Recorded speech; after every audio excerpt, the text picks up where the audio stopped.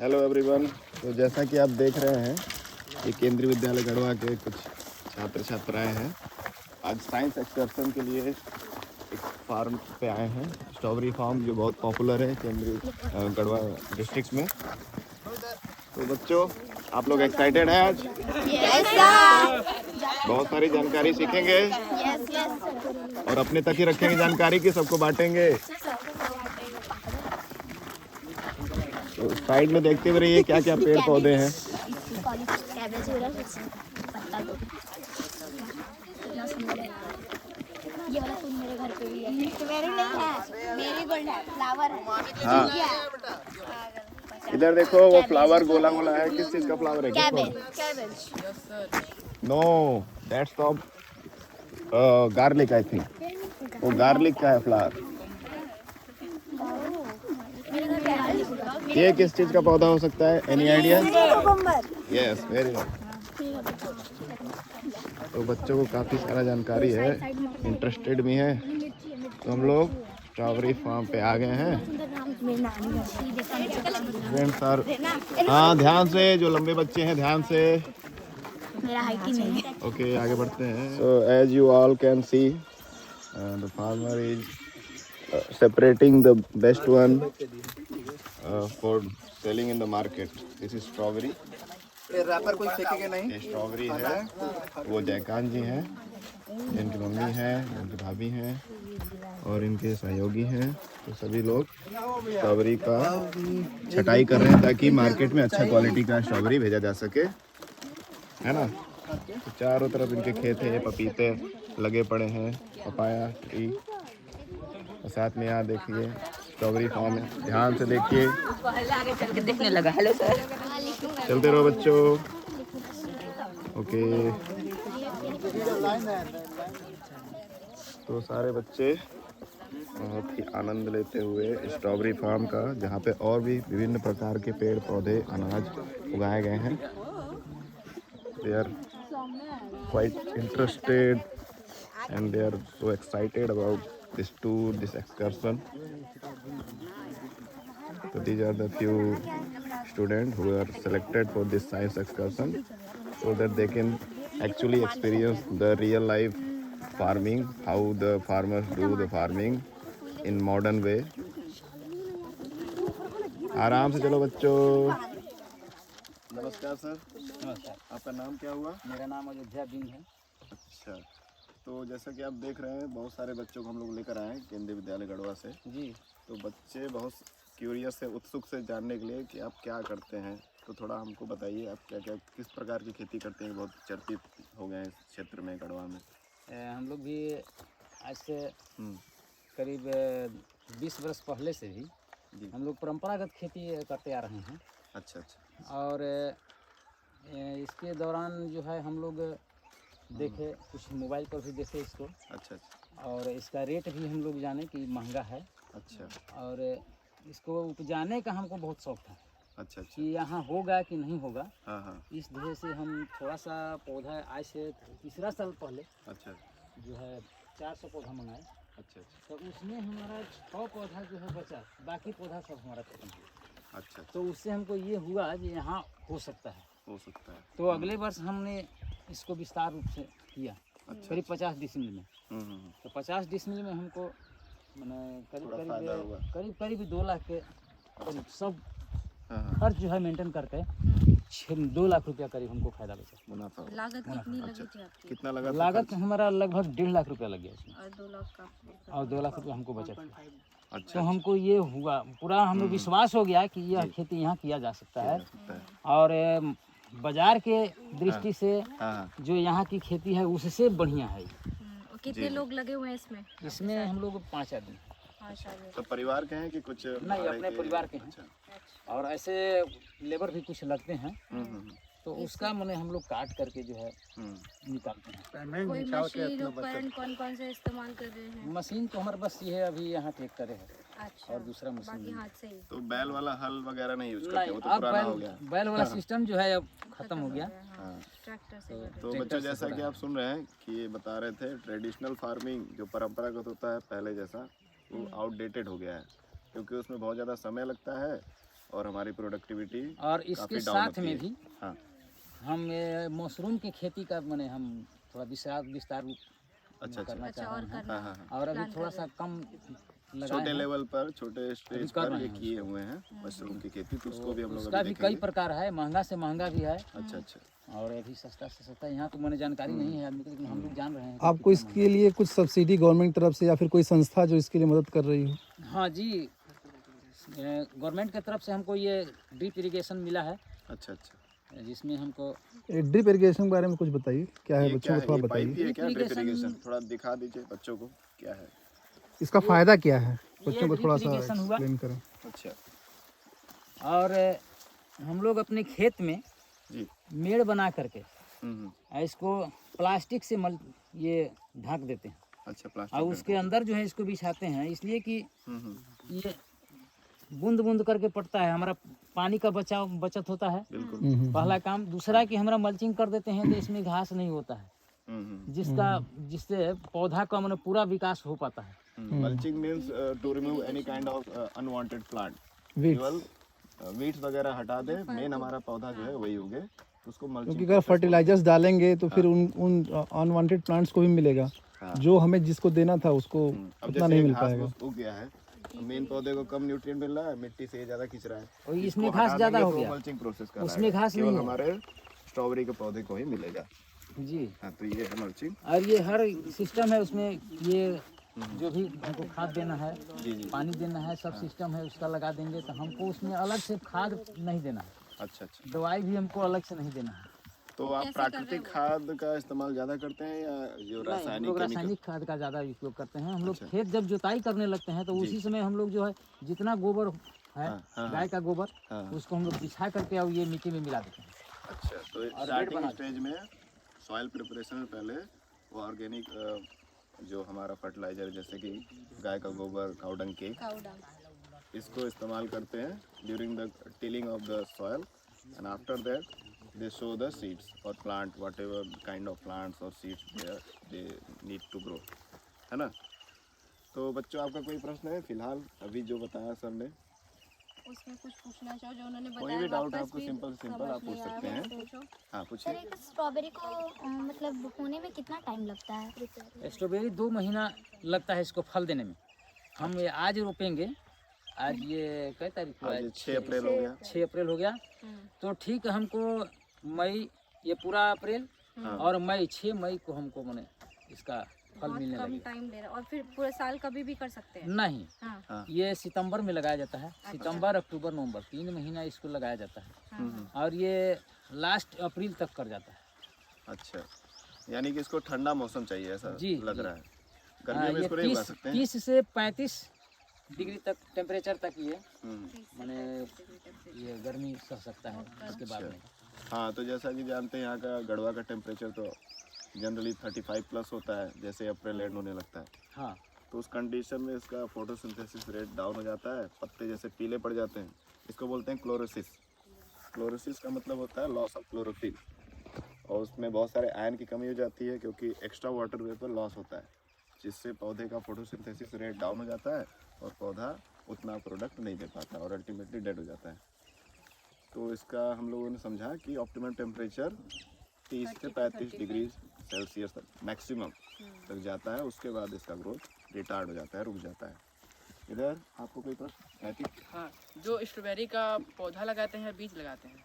नहीं, ये पौधा लगाया जाता है। अच्छा, जैसे बीज से टमाटर का? प्लांटेशन इसका हम लोग अलग तैयार करते हैं। अच्छा, जैसे बीज से। टमाटर ये सब का किया जाता है? हाँ, टमाटर, हाँ, बैंगन। उसी प्रकार इसको अलग प्लांटेशन करके सैपलिंग बीज नहीं या ये पौधा लगाया जाता है। तो स्टार्टिंग में आप कहीं से लाते हैं तो पौधा ही लाते हैं या seed पौधा लाते हैं पौधा ही मिलता है जी। इसका? अच्छा, अभी तो हम लोग बीज से भी मैंने ये सीडलिंग कर रहे हैं उसका। अच्छा, बीज से सीडलिंग कैसे करते हैं थोड़ा बताइए बच्चों को। तो उसका जो है अभी हम लोग मिट्टी में उसको पहले अच्छा तरह से मिट्टी का जो है गोबर वगैरह दे के, पुराना गोबर वगैरह दे करके बनाते हैं और उसमें बीज को बिछा देते हैं। अच्छा अच्छा, उसके बाद मिला करके और पानी पटाते रहते हैं। बीज यही जो इसके ऊपर है यही बीज? यही बीज है उसका अच्छा ऊपर में। स्ट्रॉबेरी जैसे बच्चे है आप लोग आपके खाए पास होंगे। बीज? बच्चों को दिखा देंगे? होंगे अभी? बीज तो नहीं होगा, ये होगा, होगा। स्ट्रॉबेरी, ये जो उसके ऊपर ऊपर स्पाइक जो जैसा कांटे जैसा निकला हुआ, ये इसके सीड्स हैं उसके सरफेस पे, जिसको हम लोग खाते भी हैं। इन्हीं सीड्स को सीडलिंग प्रोसेस से पहले तो ग्रो कराया जाता है। सीडलिंग प्रोसेस बच्चों ये देख रहे हैं ना, आप टच करके भी देख सकते हैं, थोड़ा कांटे जैसा है, स्पाइस जैसा। तो whole surface of the strawberry is covered with seeds and these seeds are used to grow the plant और प्लांट। ठीक ना? बहुत छोटा बीज है। हाँ, छोटा बीज। पकड़ो, खाना नहीं, उसको धोकर खाना हो सकता है, इसमें फर्टिलाइजर डालना। तो जैसा कि सर ने बताया, सीडलिंग प्रोसेस या जिसको प्लांटेशन बोलते हैं, ट्रांसप्लांटेशन भी बोलते हैं, कि यदि कोई पौधे का सीड काफ़ी कमज़ोर होता है ना, या पौधा छोटे स्टेज में काफ़ी कमज़ोर होता है, तो पहले उसको थोड़ी सी मिट्टी में उसके सीड्स को ग्रो कराते हैं। जब वो थोड़ा कैपेबल हो जाता है तब उसको मेन फार्म में या लैंड में उगाते हैं। अगर डायरेक्टली उसके सीड को डालेंगे खेत में तो ग्रो नहीं कर पाएगा, डायरेक्टली उतने टेम्परेचर को वो सह नहीं पाएगा। तो ऐसे ट्रांसप्लांटेशन आप कई सारे स्टेजेस में देख सकते हैं, जैसे कि पैडी, चावल का खेती भी इसी प्रकार से होता है, ये टमाटर का, बैगन का, ये सब जो होता है। तो इसको बोलते हैं ट्रांसप्लांटेशन, यानी छोटी मिट्टी में पहले उसको उगाएंगे थोड़ा छोटा पौधा, फिर उसको मेन खेत में डालेंगे तो ये ट्रांसप्लांट हुआ, है ना। इन सब पॉइंट्स को आप नोट करते रहिए, ठीक है। सर, हाँ, मल्चिंग प्रोसेस का कितना फायदा होता है? मल्चिंग प्रोसेस का क्या फ़ायदा बताइए। मल्चिंग का यही घास नहीं होने देता है। ये जो हम ये बिछाते हैं, इसमें देखिए, इसमें नहीं बिछाए हैं, इसमें ज़्यादा घास है। हाँ, और उधर उसमें बहुत कम बिछाए देखने हैं को मिलेगा। तो उसमें घास नहीं है। देखिए, मल्चिंग का जैसे अभी सब कुछ देर पहले ही बताए थे, मल्चिंग से अनवांटेड प्लांट, दो तरह के प्लांट होते हैं, वांटेड, एक अनवांटेड। वांटेड मतलब जिसकी हमको ज़रूरत है, जिससे हमको कुछ चाहिए, फसल, अनाज, फल। तो ये स्ट्रॉबेरी हमारा फल है, इसी से हमको फ़ायदा होगा। घास को तो बेचेंगे नहीं, उसे कुछ मिलेगा नहीं। तो घास को हटा देंगे, केवल स्पेस देंगे अपने स्ट्रॉबेरी के पौधे को, तो वो ग्रो करेगा, फ्रूट देगा, जिससे हमारी इकोनॉमिकल कंडीशन अच्छी होगी, पैसे कमाएंगे। अब घास अगर दिखा देते हैं सर तो क्या फोटो में, करेगा, मिट्टी से न्यूट्रिएंट खींचेगा, ये भी तो ग्रो करता है, फोटो दिखा देते है ना। तो घास अगर ज़्यादा उग जाएगा तो उसको कम न्यूट्रिएंट मिलेगा मिट्टी से, अधिकतर यही खींच लेगा, तो उसका ग्रोथ कम होगा, तो उसमें फ्रूट कम लगेंगे। इसलिए मल्चिंग करके अनवांटेड प्लांट को पौधा में उस पौधा में अंतर लग रहा है। हाँ, देखिए, जैसे इधर बहुत सारे घास है और यहाँ पे आप देखेंगे देखो, हमानियों खिंचवा रहा वीडियो में, तो इसीलिए यहाँ पे ज़्यादा ग्रोथ है, स्ट्रॉबेरी का पौधा ज़्यादा बड़ा दिख रहा है as compared to that land, है ना। तो मल्चिंग बहुत ज़रूरी है, ताकि अनवांटेड प्लांट्स और या फिर एक्स्ट्रा जो न्यूट्रिएंट है मिट्टी को नमी बनाए रखता है। जैसे इसमें सिंचाई हो गया अंदर तो इसका जो है वेपोरेशन नहीं होगा, ये वाटर को कवर है। इवेपोरेट होने से बचाता है। हाँ, हाँ, वेरी गुड। Very good. तो जैसे कि वहाँ पर लैंड वैसे ओपन है और यहाँ पर लैंड को इन्होंने क्यारी के रूप में कवर किया प्लास्टिक से। प्लास्टिक का काम क्या होता है, वाटर के लॉस को बचाना।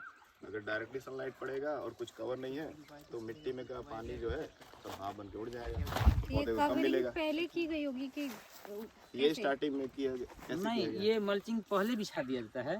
इसके बाद ये जो हम लोग काट करके इसको बनाते हैं और तब इसमें पौधे को ये लगाते पौधे हैं। लगाते हैं। चलो, उतने ही पार्ट को ओपन किया जाएगा जहाँ पे हमें सीड मतलब लगाना है प्लांट से अपने, बाकी सब कवर रहेगा। ये स्ट्रॉबेरी का पौधा कितना बड़ा हो सकते हैं? बस ये हो गया पौधा, अब इससे बढ़ेगा नहीं ज़्यादा, ये जितना बढ़ना है बस हो गया ये। सर, स्ट्रॉबेरी के पौधे किस कैटेगरी में? किस कैटेगरी में? प्लांट की किस कैटेगरी में? हाँ, ये हर्ब्स में आते हैं। जैसा कि हम लोगों ने ऑलरेडी पढ़ा हुआ है कि ऐसे पौधे जिनका जो स्टेम अनडिफरेंशिएटेड होता है, एकदम सरफेस से अटैच रहता है। क्लास 6 में आप लोगों ने पढ़ा भी होगा, कुछ बच्चों ने जो लास्ट ईयर थे, कि ऐसे पौधे जिनका स्टेम ग्राउंड से एकदम कनेक्टेड रहे तो उनको हम लोग हर्ब्स की कैटेगरी में रखते हैं। तो ये हर्ब्स ही है और हर्ब स्टेज में, इसी स्टेज में ये मैक्सिमम आउटपुट देता है, फ्रूट्स देता है, ठीक है। अब जैसे पीछे आप लोग देखिए, उधर वो बड़ा पेड़ आपको दिख रहा है, वो पेड़ हो गया, वो ट्री कैटेगरी, क्योंकि उसका स्टेम ग्राउंड से कई फीट ऊपर है। तो स्टेम ब्रांचेस के आधार पे प्लांट्स के कैटेगरी बनाए जाते हैं कि वो हर्ब्स है, ट्री है या श्रब के रूप में आप देख सकते हैं। फिलहाल जैसे ये है पपाया ट्री, इस श्रब की कैटेगरी में लिया जा सकता है क्योंकि इसकी हाइट 5 से 6 फीट है, अब 2 ग्राम, है ना। और क्या पूछना है आपको बच्चों? सर, एक प्लांट में लगभग कितने स्ट्रॉबेरीज होते हैं? एक प्लांट में करीब 80 से 90 फल इसका आता है। मैक्सिमम। मतलब तोड़ने के बाद फिर वापस ग्रो कर जाते हैं ऐसे। हाँ हाँ। और फिर ये एक टाइम बाद ये फिर प्लांट्स मतलब वेस्ट हो जाएंगे, इसमें आना बंद हो जाएगा स्ट्रॉबेरी फिर हाँ, इसके बाद ये लास्ट अप्रैल तक इसका लास्ट हो जाएगा। अच्छा, उसके बाद नहीं आएंगे ना नहीं इसमें? आएगा। फिर ये पौधे मतलब खुद ही निकल तो इसका पौधा जो है फिर ये क्या कहते हैं ट्रांसप्लांट। ट्रांसप्लांटेशन। हाँ, तो ये देना शुरू कर देगा अच्छा। अपने में। इसको हम दिखाएंगे, देखिए ये जो है ये फल देना बंद कर दिया है अब इसका जो है ये गाछी जो है, हम लोग गाछी बोलते हैं इसको। ये जाएगा, मिट्टी पकड़ेगा इसे। अच्छा। यहाँ पर इसे मिट्टी पकड़ेगा हाँ। और यहीं से ये गाछी तैयार हो जाएगा। अच्छा। ये जो है गाछ तैयार हो जाएगा, इसके बाद फिर ये आगे बढ़ेगा। हाँ हाँ, समझ गया। यहीं तक नहीं रुकेगा, ये आगे बढ़ेगा फिर देगा ये गाछ। तो जैसे बच्चों आपको बता रहे थे ये सर कि इसका जब मैच्योरिटी लेवल हो जाता है, मैच्योर हो जाता है कम्प्लीटली, तो इसके स्टेम ग्रो करते हैं, सॉइल से कनेक्ट हो जाते हैं। तो जहाँ से सॉइल से कनेक्ट हो गए वहीं से स्टेम से रूट निकल जाएगा। फिर ये आगे ब्रायोफाइलम टाइप का। लेकिन ब्रायोफाइलम में तो लीफ से होता है, यहाँ स्टेम से होता है। ठीक है। सर स्वीट पोटैटो में होता है। अपने आप हो जाएगी ये चीज़। हाँ, थोड़ा सा मिट्टी से उसे ढकना पड़ेगा स्टेम को। जो हिस्सा मिट्टी में ढका रहेगा स्टेम से, वहीं से रूट्स ग्रो कर जाएगा। सर जैसे स्वीट पोटैटो में भी होता है। हाँ, स्वीट पोटैटो में तो होता है। फिर ये अंदर ही रहेगा, मतलब वापस ये इसमें स्ट्रॉबेरी ही आएगी। ये इसको दोबारा इस फील्ड को यूज नहीं कर सकते और किसी चीज़ में? नहीं, इसको दोबारा यूज कर सकते हैं सर। किसको? जैसे ये पौधा का नहीं, मतलब ये इसी को रखे रहेंगे साल भर या इसको नहीं हटाते नहीं हैं? ये नहीं रहेगा। हाँ। फिर नई सैपलिंग आपको लगानी पड़ेगी। ये बताए ना, ये नया गाछ देगा। जब इसका गाछ तैयार हो जाएगा तो इसको हम अलग कर देंगे अच्छा अच्छा। और उसी गाछ को लगाएंगे। ये खत्म हो जाएगा, हाँ, इसको थोड़ा फोकस कर दीजिए। ये ओल्ड होगा। गाछ बोलते हैं या इसका बोल सकते हैं नेसेंट स्टेज। नेसेंट स्टेज का मतलब होता है जब नया बच्चा पैदा होता है, नया पौधा पैदा होता है। तो ये अब अपना जितना फ्रूट देना था वो दे चुका है। हाँ। इसके बाद ये रेड कलर का जो स्टेम निकाला है, ये नेसेंट स्टेज है। इसको काट लेंगे ग्रोइंग पॉइंट से और उसी को रखे रहेंगे छाव में up to the month of September और अक्टूबर। लेकिन उतना दिन फिर प्रिजर्व रहेगा वो? हाँ, कैसे रखेंगे? कैसे रहेगा? फिर इसको यहाँ से काट के निकाल देंगे तो आप फिर इसको प्रिजर्व कैसे करते हैं फिर? इसको फिर अलग मिट्टी में रखेंगे। मिट्टी में ही रखेंगे। हाँ छाव में रखेंगे ना? हाँ। धूप से तो नहीं बचा के? नहीं, उसका कोई दिक्कत नहीं है। अच्छा। ऐसे हमारे यहाँ तो सुविधा नहीं है, हाँ हाँ। लेकिन और जगह इसका जो है ये क्या कहते हैं, ग्रीन हाउस शेड नेट। या पॉली हाउस। अच्छा तो उसके अंदर जो है रखता है तो उसका ज्यादा विकास होता है, इसमें थोड़ा कम होगा। अच्छा अच्छा। और फिर इसके बाद इस लैंड को फिर आप दोबारा यूज कर लेंगे और किसी हाँ, इसको ये फिर जुताई करेंगे, इसको हटा करके मल्चिंग को, और उसके बाद दूसरा फसल लगाएंगे। इसको फसल चक्र हम लोग अपनाते हैं। आज इस वर्ष इसमें हुआ तो अगले वर्ष दूसरे खेत में लगाएंगे इसको। ये फसल चक्र के बारे में बच्चों को थोड़ा एक्सप्लेन करिए। फसल चक्र ये हुआ जिससे जैसे ये हम इस समय अभी स्ट्रॉबेरी इसमें लगाए हैं, तो इसको जो है अगले वर्ष इसमें दूसरा खेती लगाएंगे हम, जिसे बैगन लगाएंगे या टमाटर लगाएंगे। इससे होता क्या है, हमारा खेत का उर्वरा शक्ति जो है बना हुआ रहता है। और इसको फिर हम इसमें लगा देंगे तो इसमें कीड़ा का प्रकोप होगा ज़्यादा इसमें। एक ही फसल, और उतना हमको ये क्रॉप रोटेशन पढ़ा है ना? बस वही है। फील्ड में बार बार एक ही प्लांट अगर उगाएंगे या क्रॉप तो इसका उगाएंगे, फर्टाइल कम हो जाएगा, फर्टिलिटी कम हो जाएगा, क्योंकि एक ही तरह का न्यूट्रिएंट सॉइल से लीक खींचेगा। तो इस वजह से हमेशा चेंज करते रहना। जैसे इस साल इसमें स्ट्रॉबेरी उगाए, नेक्स्ट ईयर शायद उसमें करेंगे और इधर कुछ और उगा देंगे। तो इससे यहाँ का न्यूट्रिएंट बैलेंस बना रहता है सॉइल का। ठीक है। तो this is known as crop rotation, या फिर क्या बोल रहे थे आप उसको हिंदी में? फसल चक्र। फसल चक्र। फसल का चक्र चलाते हैं, है ना? यानी हर फील्ड में एक नए सीजन में नया पौधा उगाएंगे, सेम पौधा नहीं उगाएंगे। ठीक है। कोई क्वेश्चन है इससे रिलेटेड आपका? Kashvi, any question? लैंड से कितना प्रॉफिट मिल रहा है, लैंड से उससे कितना कमाई हो जा रही है आपकी? जो लाइक आपको जो जिसको आप बोल रहे हैं गाज, जो लाइक सीड से ज़्यादा बेनिफिशियल है या वो जो गाज आप जो बोल रहे हैं उससे बना ज़्यादा बेनिफिशियल है? ये अच्छा क्वेश्चन है। ये जो है इसका जो ये गाछ हम तैयार करेंगे, इस ये एक क्या बोलते हैं उसको, ये कलम जो बांधते हैं हम लोग, स्टेम कटिंग। Stem cutting. तो उस प्रकार का हो जाता है। कलम वाला जो है अभी आम भी आता है, कलमी आम ये बोलते हैं। कलमी आम बोलते हैं। तो उसमें ज़्यादा फल आता है फल ज़्यादा और आता छोटा पौधा में भी ज़्यादा फल आता है, उसी प्रकार के ये हो गया। ये ज़्यादा ग्रोथ नहीं भी करेगा लेकिन फल उतना देगा ही। लेकिन बच्चे का प्रश्न है कि जैसे और- गांच से ज्यादा फल निकलने का चांस है कि बीज से उगाएंगे तो नहीं, ज्यादा? गाछ से गाछ से यही ज्यादा। यही तो हम कर रहे हैं। ये कलम वाला जो है ज़्यादा देता है और गाछ से जो है वो उतना वो कम देगा। अच्छा, हाँ। ठीक। हाँ, एनी अदर क्वेश्चन कुछ है आपके दिमाग में तो आप पूछ सकते हैं। आपके पीछे एक मशीन है बच्चों, उसको देखिए क्या है। वो पानी फिल्टर, थोड़ा सा सामने से हट जाइए, कैमरा भी आते रहे बच्चों। पानी फिल्टर है वो। देख के इसके बारे में बताइए थोड़ा सा। हाँ, आप आ जाइए। ये हमारा पानी फिल्टर हुआ, इसमें पानी आता है।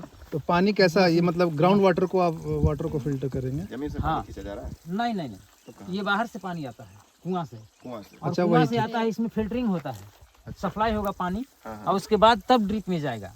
अच्छा, और ये अगर ये फिल्टरिंग नहीं होगा पानी तो ये जाम हो जाएगा ड्रिप मेरा, तो पानी का अच्छा, सिंचाई जैसे नहीं ये हो पाएगा। फ्लोराइड से जो अगर आएंगे हाँ, तो ये होल्स छोटे छोटे होते हैं, हाँ, हाँ, क्लॉग तो कर ये देगा। हाँ उसको ब्लॉक कर देगा, तो उसकी वजह से प्रॉब्लम आ सकती है। देखिए जैसे कि इस पे दिख रहा है ये वाइट वाइट पैचेस, हाँ, तो ये पानी में जो एक्स्ट्रा आयन है, मिनरल्स हैं, वो चिपक जाते हैं सरफेस से। तो जैसे कि हम लोग घरों में अपना पानी पीने के लिए फिल्टर करते हैं, यहाँ पे खेतों में पानी डालने के लिए भी फिल्टर किया जा रहा है। क्यों? क्योंकि अगर फिल्टर नहीं करेंगे तो मशीन के अंदर वो जम जाएगा मिनरल, और पाइप को इतना जो खर्चा आया है, काफ़ी कॉस्टली मेथड है ड्रिप इरिगेशन, तो पाइप पूरा ब्लॉक हो जाएगा तो पानी का सप्लाई रुक जाएगा। एक तो लॉस होगा क्रॉप का भी, साथ ही साथ हमारा मशीनरी भी ख़राब हो सकता है। दैट्स वाई ये फिल्टरिंग यूनिट लगाया गया। इसका मशीन का नाम क्या है? मशीन का नाम ये पायनियर कंपनी का है, ये फाइनल कंपनी का है। और फिल्टर है ये फिल्टर है। और ड्रिप इरिगेशन का कोई अलग मशीन होता है कि यही सब ये रेगुलेट यही करता है, कंट्रोल? इसमें नहीं, ये यही। पार्ट तो ये फिल्टर यही। फिल्टर का पार्ट हो गया। वो कौन सा पार्ट है सर? कौन? ये कौन साइज का जो वो नीचे जो है ऐसे, कॉनिकल शेप में? ये डबल होता है, वो प्रेशर बनाता है वहाँ से। अच्छा, प्रेशर बनाता है। हाँ, वहाँ से पानी का प्रेशर बनाएगा। गर्ल्स आ जाइए, आप भी देखते रहिए। आई थिंक ये उधर आइए बैरोमीटर थोड़ा सा है खेत में। जो इधर प्रेशर भी आ सकते हो, मेजर करता होगा।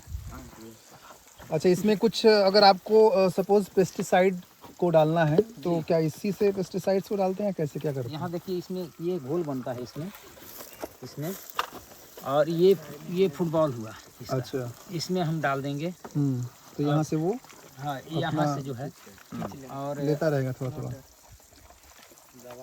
उसको जो है अच्छा, जिस पाइप से पानी जा रहा है उसी से फिर वो थोड़ा fertilizer को भी थोड़ी supply थोड़ी कर देगा। क्वांटिटी में, जो भी थोड़ी थोड़ी क्वांटिटी में जाता रहेगा और सप्लाई होती रहेगी। हाँ।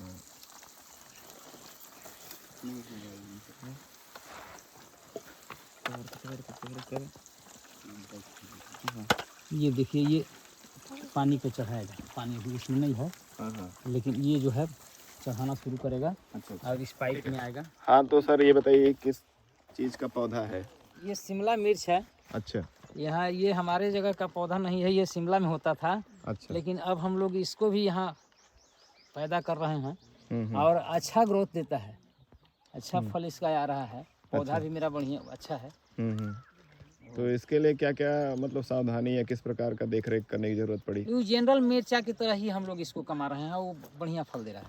अच्छा, अच्छा। जो हम लोग खाने का तीता मिर्च जो होता है, जी, जी। वैसा ही इसका भी सारा कुछ है। प्लांटेशन करके इसमें हम हाँ। लगाए हैं, अच्छा, अच्छा। तो फल भी बढ़िया दे रहा है और पौधा भी इसका मेरा बढ़िया है। हाँ, तो बच्चों ये शिमला मिर्च का पौधा है और इसको भी ये सामान्य मिर्च जैसे हम लोग खाते हैं ग्रीन चिलीज वैसे ही उगाया जाता है। कुछ खास स्पेशल इस पर अटेंशन नहीं देना है और ये अच्छा प्रोडक्टिविटी, अच्छा पैदावार भी दे रहा है। तो कई प्रकार के पौधों के बारे में हम लोगों ने अभी तक समझा और ये सब हम लोग अपने जीवन में अपना कर फार्मिंग कर सकते हैं। फार्मिंग एक बेस्ट कैरियर है, उसको हम लोग हमेशा इग्नोर करते हैं, लेकिन अल्टीमेटली एनर्जी नहीं रहेगा तो हम कुछ नहीं कर सकते हैं। और फूड प्रोडक्शन करना सबसे बड़ा काम है दुनिया में, जो हमारे किसान या फार्मर्स करते हैं, है ना। तो ये है शिमला मिर्च, जो कि सोलेनेसी फैमिली का आता है। ठीक है, अगर आप हायर क्लास में जाएंगे तो पढ़ाया जाएगा कि अलग अलग पौधे अलग अलग फैमिली को बिलोंग करते हैं। तो सोलेनेसी फैमिली वो होती है जिसमें आलू आता है। पोटैटो भी इसी फैमिली का हिस्सा है, जिस फैमिली से ग्रीन चिलीज या शिमला मिर्च बिलोंग करते हैं। और अभी आप लोगों ने जो देखा था ये स्ट्रॉबेरी, ये रोजेसी फैमिली का आता है। रोजेसी फैमिली यानी रोज, गुलाब का फूल, गुलाब का जो ओरिजिनल फ्लावर होता है उसी फैमिली से ये भी पौधा बिलोंग करता है। इसलिए जब आप इसको कंज्यूम करेंगे, खाएंगे, तो थोड़ा थोड़ा आपको गुलाब जैसा ही टेस्ट आएगा, थोड़ा थोड़ा, क्योंकि वो उसी फैमिली को साइंटिफिकली बिलोंग करता है। ठीक है। तो अभी तक हम लोगों ने शिमला मिर्च, एप्पल, स्ट्रॉबेरी, ड्रिप इरिगेशन में लगने वाला मशीन जो वहाँ पे आप देख रहे हैं, इन सब के बारे में जानकारी इधर से ली। अच्छा, ये आपको कुछ पूछना है? Yes sir. सर अंकल वो क्या है? हाँ, जब वो भूत पक्षी जाता को है। भगाने वाला है, उसके डर से पक्षी नहीं आता है। अच्छा, हाँ ये वाकई में कारगर है कि मतलब काम करता है ये? हाँ नहीं, ठीक है, वो कारगर है। अच्छा अच्छा, और जानवर नहीं आता है उसको देखकर। लगता है कोई इंसान हाँ, है रात में, हाँ हाँ, रात में जो है और देखेगा कोई जानवर जी जी जी, नहीं आएगा। अच्छा। तो उसको बिजूका बोलते हैं, जो डराने के काम आता है। वो झलकी हम लोग बोलते हैं उसको, झलकी बोलते हैं गांव में। जी। तो ये जिस खेत में अभी हम लोग आए हैं, ये अरंगी क्षेत्र है और यहाँ का बहुत ही मशहूर खेत है। स्ट्रॉबेरी के लिए ज़्यादा प्रसिद्ध है, क्योंकि स्ट्रॉबेरी ऐसे गर्म कंडीशन में उगा पाना थोड़ा चैलेंजिंग होता है। जैसा कि इन्होंने बताया भी था कि शुरुआत में बहुत सारे पौधे लगाए हैं, वो 20-30 पौधे ही उगे, लेकिन उगे तो इससे इनको प्रेरणा मिला कि हम लोग और भी पौधे उगा सकते हैं, थोड़ा सावधानी बरतेंगे तो। ठीक है। तो चैलेंजेस हर फील्ड में है, आपको मेहनत करते रहना है, चाहे आप स्टडी कर रहे हैं, चाहे आप कोई एजुकेशन या स्किल डेवलप कर रहे हैं। जैसे ये फार्मिंग एक स्किल डेवलपमेंट है, इसको आप सीख लेंगे तो कभी भी खाली हाथ नहीं बैठेंगे। आपके पास ज़मीन है तो आप उसमें कुछ उगा कर खुद का भरण पोषण कर सकते हैं और साथ ही साथ एक बिजनेस भी स्टार्टअप कर सकते हैं, है ना? ठीक है, एंटरप्रेन्योर बन सकते हैं। एंटरप्रेन्योर बनने के लिए केवल टेक्नीशियन होना ज़रूरी नहीं है, आपको ग्राउंड का नॉलेज, खेत खलिहान का नॉलेज भी होना बहुत ज़रूरी है। ठीक है, चलिए अब हम लोग पपीते के बारे में थोड़ा जान लेते हैं जल्दी से। सर को जाने का जगह दीजिए, तभी वो आपको बता पाएंगे।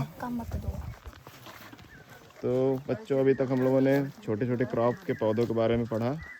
अभी अयोध्या जी हम लोग को लेकर आया है पपीते के पौधे के पास। तो बच्चे इसके बारे में क्यूरियस हैं कि पपीता तो हम सभी खाते हैं, तो कैसे इसको उगाया जाता है, बताइए, थोड़ा जानकारी दीजिए। पपीता का भी प्लांटेशन तैयार किया जाता है। अच्छा अच्छा, उसके बाद उसको हम लोग खेत में लाते हैं। अच्छा, इसके लिए जो है वही गोबर का खाद, गोबर सड़ा हुआ गोबर, मैन्योर यानी कि जी, मिट्टी में मिला करके इसको खेत को तैयार करके, हाँ हाँ, और 2 फीट बाई 2 फीट का गड्ढा करके, अच्छा, और उसमें जो है इसको लगाया जाता है। तो अच्छा, हमारा ग्रोथ ये पपीता अच्छा देता है। और ये 2 फीट बड़ा होने के बाद ही फल देना शुरू कर देता है। हाँ, और 2 फीट से लेकर ये 10 फीट जाते जाते तक हमको फल देता है। अच्छा। तो 2 से 10 फीट में ये फल देने ये लगता फल है? देने नहीं, 2 फीट से शुरू होता है ये फल देना, अच्छा, और 10 फीट जाते जाते तक फल देता है। अच्छा, 2 फीट में ही देने लगता है? हाँ, 2 काफ़ी फीट कम में। ऊंचाई पर ही देने लगता है जी फल? जी। अच्छा, और ये 2 फीट होने में कितना समय लगता है? समय इसका लगभग 2 से 3 माह लग जाता है।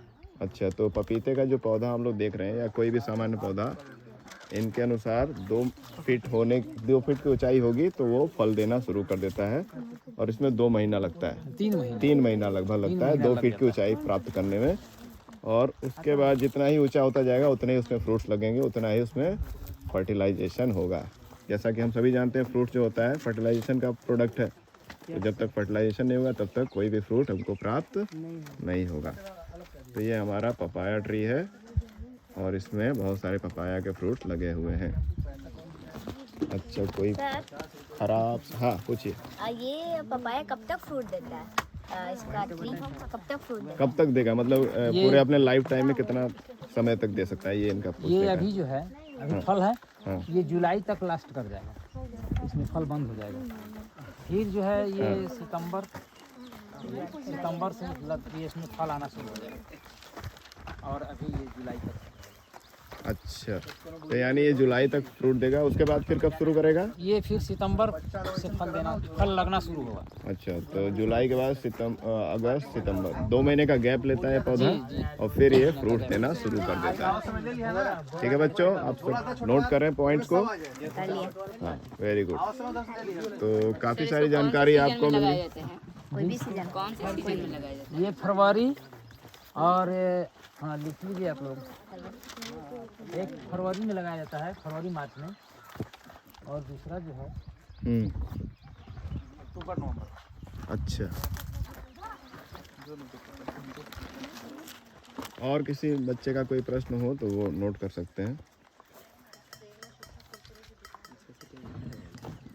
पूछ भी सकते हैं यदि कोई डाउट हो। हाँ, नहीं बहुत हार्ड नहीं होता है। हाँ।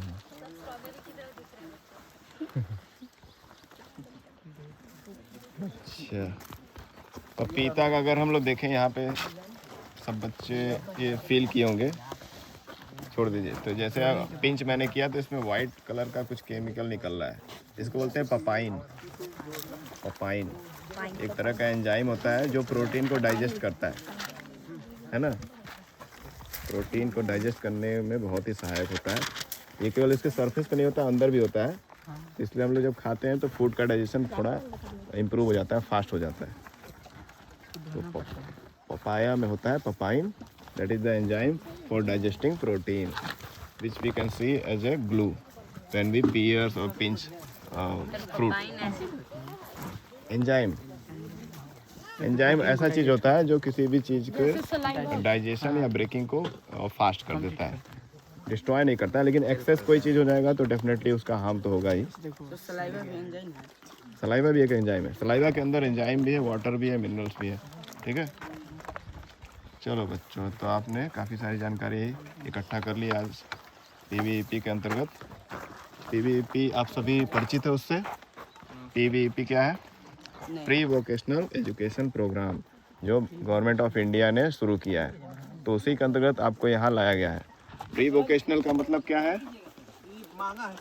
यानी कि आपको छोटे स्टेज से, क्लास 6, 7, 8 में ही अभी आप हैं, तो छोटे स्टेज से ही आपको कोई जॉब क्रिएट करना है, एंटरप्रेन्योर बनना है, कुछ नया रोजगार उत्पन्न करना है, कुछ सीखना है, तो उसके लिए आपको तैयार करना है स्कूल लेवल पे ही। जो आपके सब्जेक्ट रिलेटेड टॉपिक्स हैं उसको अगर आप ग्राउंड लेवल पर जाके देखेंगे, जैसे अभी तक आप लोगों ने केवल खेत खलिहानों के बारे में पढ़ा ज़्यादा था, और किसी का खेत होगा तो एक्सपीरियंस भी किया होगा, लेकिन अधिकतर लोग ये एक्सपीरियंस नहीं किए रहते हैं। तो जब एक्सपीरियंस करेंगे, सारी चीज़ों को ग्राउंड पे जाकर सीखेंगे, तो उसको आपको करने का भी मन करेगा, एक मोटिवेशन भी मिलेगा, साथ ही साथ उससे आप कुछ सीख भी सकेंगे, है ना। ठीक है, चलिए तो अभी फ़िलहाल ब्रेक लेते हैं। देख रहे हैं अभी बच्चों को अयोध्या जी स्ट्रॉबेरी दे रहे हैं। हमारा टूर कंक्लूड हो रहा है, तो उसके पहले बच्चों को थोड़ा स्नैक्स के रूप में खीरा ककड़ी दे रहे हैं, जो कि काफ़ी हेल्दी फूड है बच्चों के पॉइंट ऑफ व्यू से। ठीक है, से बहुत अच्छा है। हाँ, तो कैसा टेस्ट है स्ट्रॉबेरी का बच्चों? मीठा खट्टा। अच्छा बताइए, खट्टे फ्रूट्स में या किसी फूड आइटम में कौन सा विटामिन होता है? Very good. हाँ ये भी सब सिट्रस फ्रूट में आएगा। हाँ, ये सिट्रस फ्रूट में तो नहीं आता है। ये विटामिन सी ज्यादा विटामिन सी काफ़ी मात्रा में होता है, और साथ में अन्य बहुत सारे विटामिन भी होते हैं।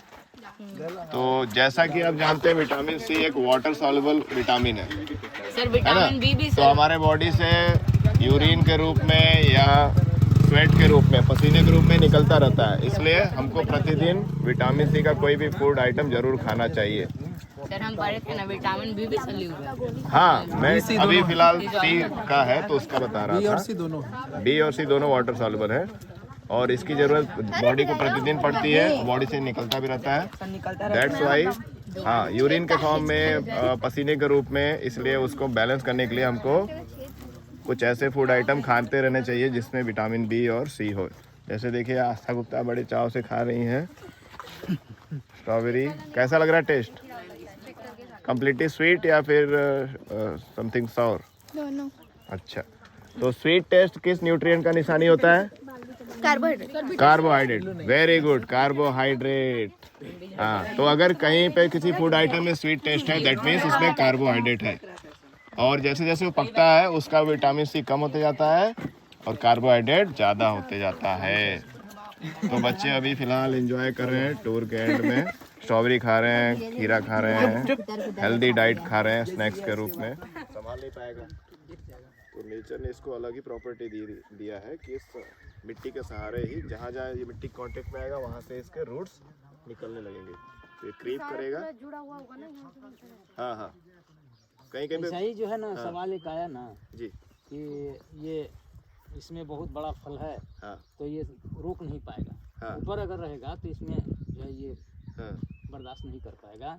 उसी प्रकार कोई आदमी था हाँ। और एक आम के पेड़ के नीचे सोया हुआ था, सोच रहा था हाँ कि भगवान ने ये बहुत गलत किया है, हाँ जो इतना बड़ा पेड़ बनाया है और फल इतना छोटा लगाया है। हाँ, और ये कोहड़ा जो है, कोहड़ा जानते हैं कोहड़ा, पम्पकिन, तो उसको कहा जी ये कितना प्रकृति ने बनाया है जो उसमें जमीन में रखा है ये इतना बड़ा फल दिया है। हाँ तो उसके बाद सोए सोए उसको उसके मुंह पर एक आम गिर गया। हाँ तब उसको शिक्षा मिला हाँ, जी अगर वो बड़ा वाला पेड़ रहता है वो भी हमारे ऊपर गिर जाता तो हमको क्या होता। तो जो जहाँ पर है वो तो सही है है। प्रकृति ने जो बनाया है वो बहुत सोच सही समझ के बनाया है। तो हम लोग ये अगर ऊपर लटका रहता और गिरता तो जो उसको उगाया रहता उसी को ले बीतता है, तो है ना। तो इसलिए ज्यादा ऊंचा पेड़ पे छोटा फल। छोटे छोटे वीडियोस बनाओ, गरम हो। ठीक हो गया। अभी जैसे बच्चों आपको स्ट्रॉबेरी की खेती कैसे होती है, कैसा क्लाइमेट, कैसा टेम्परेचर चाहिए, ये सारी जानकारी सर ने दी। ये हमारे अयोध्या बिंद जी हैं, यहाँ के मेन फार्मर, और इनके परिवार के लोग भी इनका सहायता करते हैं और सारा ये प्रोडक्टिविटी इनकी मेहनत की बदौलत है। तो आगे कुछ और फ्रूट्स का बताइए। जैसे यहाँ पे बीच बीच में हम लोग क्या देख रहे हैं, पौधे लगे हैं। अमरूद का है कि किसका पौधा है? ये सेब का है। सेब का है। सेब तो जनरली हम लोग सुनते हैं हिमाचल में ठंडे प्रदेशों में होता है, तो यहाँ पर लगाए, ये होने का संभावना है? हाँ, इसलिए होने का संभावना है जी कि हिमाचल और यहाँ का क्लाइमेट जो है जी, थोड़ा अंतर है, थोड़ा अंतर है, ज़्यादा नहीं, अच्छा थोड़ा अंतर है। अच्छा, तो हम लोग इसको लगा के देख रहे हैं कि यहाँ कैसा होता है। या हमारा ये जो 18 महीना में पौधा फल देने वाला है, 18 महीने में। हाँ, अच्छा, तो लगभग ये 12 महीना हो चुका है। 6 महीना बाद इसको हमको पता चलेगा कि कैसा फल दे रहा है कि नहीं। तो बच्चों जैसा कि बताया सर ने कि ये एप्पल का प्लांट है, अभी तो प्लांट ट्री तो बना नहीं है, और 18 महीने में एक्सपेक्ट कर रहे हैं, उम्मीद की जा रही है कि इसमें फल लगेंगे। 12 महीना हो गया है ना जी, 12 महीना, यानी कि अभी अगर हम जोड़ें तो मई, जून, जुलाई, अगस्त, सितंबर, अक्टूबर, सितंबर अक्टूबर के आसपास ये फल दे सकता है। तो ये एप्पल को लगाने के लिए क्या स्पेशल कुछ आपने किया है कि जनरल सामान्य पौधे जैसा ही सब कुछ दिया है? नहीं, एकदम जनरल हम लोग जैसे अमरूद यहाँ लगाते हैं उसी प्रकार से लाके लगाए हैं इसको। तो इसकी सैपलिंग कहाँ से लाया आप?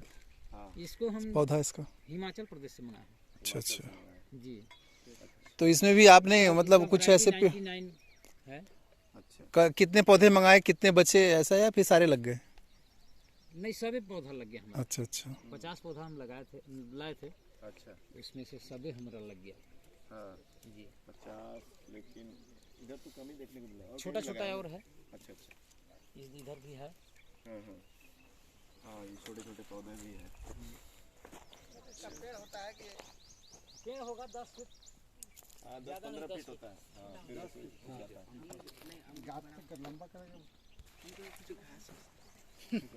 ये पौधा अंजीर का है। तो बच्चों अंजीर जो ड्राई फ्रूट होता है बहुत ही गर्मी करता है, हीट और एनर्जी प्रोड्यूस करता है हमारे बॉडी में, इसका ये पौधा है। तो ये बड़ा होता है, कितना बड़ा होता है? यह भी 10 देखा से नहीं। 12 फीट होगा। 10 से 12 फीट। हाँ। अच्छा अच्छा। तो फिग ऐसा है कि फिग या अंजीर के बारे में आपने सुना होगा, और रिलायंस मॉल में जाते हैं। ये पौधा अंजीर का है। तो बच्चों अंजीर जो ड्राई फ्रूट होता है बहुत ही गर्मी करता है, हीट और एनर्जी प्रोड्यूस करता है हमारे बॉडी में, इसका ये पौधा है। तो ये बड़ा होता है, कितना बड़ा होता है? यह भी 10 देखा से नहीं। 12 फीट होगा। 10 से 12 फीट। हाँ। अच्छा अच्छा। तो फिग, FIG फिग या अंजीर के बारे में आपने सुना होगा, और रिलायंस मॉल में जाते होंगे तो आपको मिलता भी होगा 200 ग्राम 500 रुपये का। काफ़ी कॉस्टली भी होता है और काफ़ी एनर्जेटिक भी होता है। तो इसको सर्दियों में ही खाते हैं अक्सर लोग। गर्मियों में खाएंगे आप एक पीस भी तो बहुत ज़्यादा हीट कर देगा आपको, मतलब बहुत ज़्यादा अनकंफर्टेबल महसूस होगा। तो काफ़ी अच्छा पौधा है, काफ़ी एनर्जी प्रोवाइड करने वाला है। तो देखते हैं कब तक उगेगा। इसका क्या एक्सपेक्ट कर रहे हैं, कब तक उम्मीद लगा रहे हैं, कब तक ये फल देगा? ये 2 साल लग जाता है फल में। 2 साल। अच्छा, तो ये हमारा 6 महीना का पौधा है। 6 महीने में भी इतना ग्रोथ किया है अंजीर का पौधा, और अभी लगभग 1.5 वर्ष और 1.5 साल और है। 1.5 साल उसके बाद ही इसमें फल लगने की उम्मीद हम लोग कर सकते हैं। ठीक है, तो ड्रिप इरिगेशन समझ में आ गया था ना सभी को? प्रेशर वाली मशीन, फिल्टर। तो ड्रिप का मतलब क्या समझते हैं आप में से कोई आंसर दे सकता है? Sir drop by drop sir जड़ के पास पानी, रूट के पास गिरता है। अगर ये पाइप हो गया तो इसमें कहाँ से पानी गिरना चाहिए? Any guesses? सर जहाँ रूट है वहाँ पे छेद होगा, होल होगा। हाँ, तो ये छोटे छोटे छेद है, बहुत ही छोटे। हाँ, जिससे पानी का वेस्टेज बचे, क्योंकि पानी वैसे ही गढ़वा में प्रॉब्लम होती है हर साल गर्मियों के दिनों में, या हर जगह ही पानी की प्रॉब्लम। तो पानी भी बचे, पौधे का ग्रोथ भी अच्छा हो, इसलिए पानी सही जगह पे जाना चाहिए, यानी प्लांट्स के रूट्स में, जड़ों में। क्योंकि प्लांट्स के पत्तों पे पानी डाल के कोई फायदा तो है नहीं, क्योंकि पत्तों से वो एब्जॉर्ब करता नहीं, फोटोसिंथेसिस और गैस का एक्सचेंज करता है। प्लांट वाटर एब्जॉर्ब केवल रूट से ही करता है। ठीक है, समझ में आ रहा है आपको? हाँ, तो अयोध्या जी ये नए खेत में लाए हैं, इसमें हम लोग देख रहे हैं एक तरबूज जैसा हुआ है। तो ये तरबूज की खेती है या कुछ और चीज़ का खेत है? तरबूज का ही खेती है। इसको ये लगाने का समय जो है अक्टूबर में है। अच्छा, इसको हम थोड़ा लेट वैरायटी लगाए हैं, तो इसको दिसंबर में लगाए हैं। अच्छा, अच्छा, तो दिसंबर में लगाए हैं, तो मेरा तब वो हमारा खेत में जो है अच्छा खासा फल दिया पैदावार है। हुआ। और इसको हम अभी बेच रहे हैं, पक गया है मेरा तरबूज। हाँ हाँ, इसको लगाने का विधि वही है जो हम कद्दू खीरा का खेती जैसे करते हैं, उसी प्रकार इसको भी किया जाता है। अच्छा अच्छा। कोई कुछ इसमें अलग नहीं है। हाँ, तो जैसा कि आप देख रहे हैं कि ये तरबूज का खेती वैसे किया जाता है जैसे कि कद्दू लौकी वगैरह किया जाता है। और ये एक रनर तरह का पौधा है, ये ज़मीन पे फैल के उगता है, क्योंकि इसके फ्रूट्स काफ़ी हैवी हैं और इसका स्टेम कमज़ोर है। तो उस हिसाब से अगर देखा जाए तो सपोर्ट इसको मिलता है ग्राउंड से। ग्राउंड पर फैल के स्टेम इसके ग्रो करते हैं। That's why they are known as runner और क्रीपर्स। ये इस तरह के पौधे हैं जिनको रनर या क्रीपर बोलते हैं। वहाँ पे ये क्या लगा हुआ है? ये सोलर पैनल। ये आप सोलर लोग जानते हैं बच्चे? इसको कैसे कहाँ पे ऑपरेट करते हैं? इसमें स्टार्टर है सर अंदर में। अच्छा, और ये जो है स्टार्टर द्वारा इसको चलाते हैं। अच्छा अच्छा, स्टार्टर कर देंगे। और इससे क्या क्या चीज़ चलाते हैं आप? केवल ये पानी के लिए है सर। पानी खींचने के लिए? जी, अच्छा अच्छा, केवल सिंचाई के लिए है। हाँ, ये बिजली के लिए ये नहीं है। अच्छा अच्छा। लाइट के लिए। तो केवल पानी को खींचने के लिए देखिए अभी चालू किए हैं सोलर पैनल, उससे पानी खींच रहा है। धूप बहुत तेज है। हाँ, तो सोलर पैनल जैसा कि आप बच्चे जानते हैं कि एक इको फ्रेंडली वे है कि कोई फॉसिल फ्यूल भी यूज नहीं करेंगे और हमारा सनलाइट हार्नेस होकर के हमको सबसे बड़ी बात है रिन्यूएबल एनर्जी सोर्स। हाँ, रिन्यूएबल रिसोर्स है एनर्जी का, इससे कोई हार्म नहीं है एनवायरनमेंट को। हाँ, तो बच्चों जैसा कि आपने आज साइंस एक्सकर्सन विजिट किया, काफ़ी सारी चीज़ें सीखी होंगी, तो आप में से कोई बच्चा अपना एक्सपीरियंस शेयर करना चाहता है? आपने क्या सीखा? यस सर, ये गवर्नमेंट ने बच्चों को अलाउ किया है कि वो अपने एम्स के बारे में लोअर स्टैंडर्ड से ही सीखते जाए। जैसा कि अभी हमें यहाँ पर फार्मिंग के बारे में बताया गया है। अगर किसी बच्चे को फार्मिंग के फील्ड में जाना है तो उसे आइडिया हो जाए कि कैसे फार्मिंग करते हैं, क्या क्या चीज़ें चाहिए और बहुत सारी चीज़ें। अच्छा, आप आर्यन? सर कोई चीज़ों को पढ़ने से अच्छा उसे प्रैक्टिकल देखने में ज़्यादा लर्न होते हैं, उसमें इंटरेस्ट होता है और उसके बारे में ज़्यादा जानते हैं। तो इसलिए हमें ये गवर्नमेंट ने बहुत अच्छा काम किया है कि हमें ये दिखा रहे हैं। अच्छा, तो ये गवर्नमेंट आप बार बार जिक्र कर रहे हैं, तो गवर्नमेंट ने कौन सा ऐसा प्रोग्राम शुरू किया है जिसके अंतर्गत आपको यहाँ लाया गया है? PVEP। आप में से किसी को पता है ये क्या है, इसका full form? Pre vocational education programme. हाँ, pre vocational education programme. Vocation से आप क्या समझते हैं? Occupation, very good. पेशा। हाँ, पेशा, यानी कि जैसे कि हमारे आपके सभी के मदर फादर जो होंगे वो कहीं ना कहीं कुछ जॉब करते होंगे, है ना। तो वो जब पढ़ाई किए होंगे तो उस समय उनके स्कूल में ऐसी कोई सुविधा नहीं दी गई होगी कि कोई विजिट करा के कोई प्रोफेशन को सीखने का मौका मिले। तो गवर्नमेंट ने अभी बचपन से ही आपको ये मौका दिया है कि आप कोई अलग अलग तरह के वोकेशन को सीखें, समझें, ताकि आप समय से पहले ही उन चीज़ों के बारे में अवगत हो जाए, है ना। जितना डिले होता है उतना ही हमारा लॉस होता है, जितना जल्दी सीखेंगे हम लोग फ्यूचर में उतना ही अच्छा कर सकते हैं। तो आज हम लोगों ने प्री वोकेशनल एजुकेशन प्रोग्राम के अंतर्गत कैसे मॉडर्न फार्मिंग की जाती है, कैसे रिन्यूएबल सोर्स ऑफ एनर्जी जैसे कि वहाँ दिया है, सोलर पैनल आप देख ही रहे हैं, इन सारे चीज़ों का यूज करके फार्मिंग कर सकते हैं, अपने एनवायरनमेंट को भी बचा सकते हैं और साथ ही साथ रोजगार के अवसर भी दूसरों के लिए पैदा कर सकते हैं। साथ ही हम लोग सेल्फ डिपेंडेंट भी हो सकते हैं। हाँ, आप कुछ बोल रहे थे। क्योंकि जो फार्मिंग में है उसमें बहुत सारे लोगों का हेल्प रहता है, इसीलिए हम लोग बहुत सारे लोगों को रोजगार दे सकते हैं फार्मिंग में। इससे बहुत सारे फायदे हैं इसके। तो जैसे कि हमारे देश में बेरोजगारी, अनएम्प्लॉयमेंट की काफ़ी समस्या है, तो अगर हम लोग कुछ चीज़ें सीख लेंगे तो बड़े होकर हम लोग खुद के लिए रोजगार तो उत्पन्न करेंगे ही, खुद भी एक प्रोफेशन डेवलप करेंगे। कि एक सबसे बड़ा इशू है इंडिया में भी क्या है कि ज़्यादातर आप सुन रहे हो कि किसानों के को MSP रेट पे चीज़ें बिकती नहीं है, या होती है ना कि कभी कभी चीज़ें बहुत सस्ती हो जाती है, किसानों को उसका फ़ायदा नहीं मिलता। इसीलिए अब कहीं ना कहीं जो एग्रीकल्चर उसको एडवांस किया जा रहा है। ये सब आप जो एग्रीकल्चर देख रहे हैं इसको कैश क्रॉप बोलते हैं, है ना, कि इसको आप बेचेंगे तो आपको एक अच्छा खासा पैसा मिलेगा।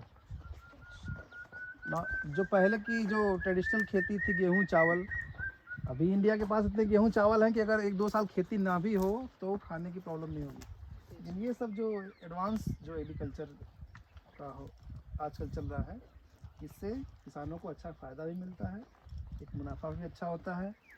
क्योंकि किसानों को सबसे बड़ी प्रॉब्लम होती है कि जब चीज़ें सस्ती होती हैं तो उनकी जो लागत होती है वो भी उनको नहीं मिल पाती। सबसे बड़ा एक इशू यही चल रहा है आजकल। तो इस तरीके की खेती आपको देखने को मिली। आई होप कि आप सबको पसंद आया होगा और आपकी जो क्यूरियोसिटी होगी कि हाँ खेती से रिलेटेड, क्योंकि खेती करना आजकल क्या है, लोगों को एक किसानों की एक मजबूरी है, क्योंकि उनके पास और कोई साधन है नहीं अर्निंग का।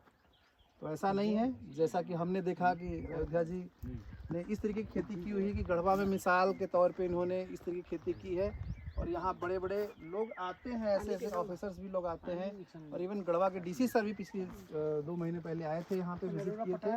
उनको कई तरीके के अवार्ड भी मिल चुके हैं एग्रीकल्चर से रिलेटेड। गवर्नमेंट भी काफ़ी सपोर्ट करती है इनका, यहाँ के जो लोकल गवर्नमेंट है बहुत सपोर्ट करती है। तो फ्यूचर में आप अगर इस फील्ड में अगर आपको इच्छा हो जाने की एग्रीकल्चर से रिलेटेड, तो आप इसे अपना सकते हैं। बहुत से लोगों के पास खेती के लिए ज़मीनें भी होंगी, फादर या फिर आपके दादाजी खेती करते भी होंगे, तो आप फ्यूचर में एक आपके लिए एक स्कोप रहेगा इसके लिए कि आप कुछ खेती, एडवांस खेती कर सकते हैं। ठीक है? Yes sir. कैसा लगा आप लोगों को? बहुत अच्छा लगा, बहुत कुछ सीखने को मिला। Yes sir. ठीक है, तो इस पे सभी लोग अपना अपना रिपोर्ट तैयार करेंगे और क्लास में बाकी और बच्चों को भी इसके बारे में बताएंगे, और एक अच्छा सा प्रेजेंटेशन स्कूल में आपको देना है क्लास वाइज। ठीक है, चलें फिर? चलिए, थैंक यू। हाँ, तो बच्चों, जैसा कि मारुति सर ने आपको काफ़ी जानकारी दी, साथ ही मेन हमारे आज के जो होस्ट थे अयोध्या जी, जिनका ये खेत है, उन्होंने आपको बहुत सारी बहुमूल्य जानकारी दी जो कि आपको लाइफ टाइम तक याद रहेगी और शायद ही आपको मोटिवेट भी करेंगी कि फार्मिंग भी हम लोग प्रोफेशन के रूप में अपना सकते हैं। तो हम लोग सभी लोग अयोध्या जी को धन्यवाद देते हैं कि उन्होंने अपना कीमती समय दिया, उनकी फैमिली ने कीमती समय दिया और इतनी सारी जानकारी हमको दी। साथ ही साथ हमको स्नैक्स भी दिया। स्नैक्स मिला सबको ना? हाँ, तो हम लोग बहुत सभी लोग धन्यवाद देते हैं अंकल को थैंक यू बोलेंगे और इनके लिए ताली बजाएंगे क्योंकि इन्होंने बहुत ही मेहनत का काम किया है। साथ ही साथ हमारे जो भाई साहब हैं, ऑटो वाले अंकल आपके, इन्होंने बहुत सहयोग दिया, बहुत ही सेफली यहाँ पर आपको लाए हैं। इतना रास्ता अच्छा था नहीं, आपने फील भी किया होगा, पहाड़ी क्षेत्र है, फिर भी बहुत ही सुरक्षित तरीके से आपको पहुँचाया है। तो इनको भी हम लोग धन्यवाद देंगे ताली बजा करके। और सभी लोग एक बार थैंक यू एक बार फिर सबको बोल देंगे और यहाँ से विदा लेते हैं। Thank you.